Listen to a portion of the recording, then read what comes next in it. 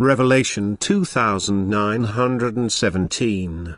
From the 10th of October 1943. Will to do good. Increased strength. The will for good will also let increased strength flow to the soul to overcome the body's desires, for the human being's free will always be taken into account. The currents of strength will always be stronger or weaker according to this will.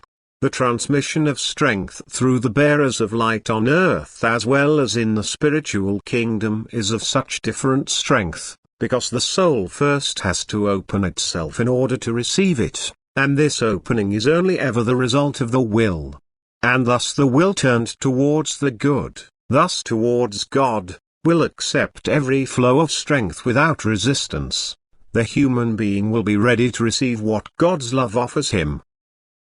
And then the soul can also mature. It can, unhindered by the body, join the spirit within itself. It will not have to fear any counteraction because the body also joins this striving and is no longer so accessible to the temptations through the world, even if they still often approach it in order to test and increase the strength of will.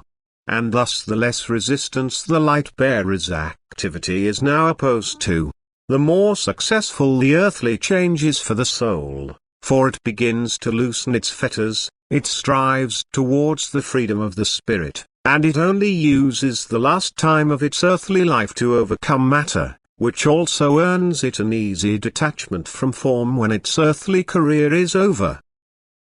The human being, however, can determine himself. He can turn to every strength, the good as well as the bad. He is not hindered but only guided in loving care, so that it is easy for him to turn to God.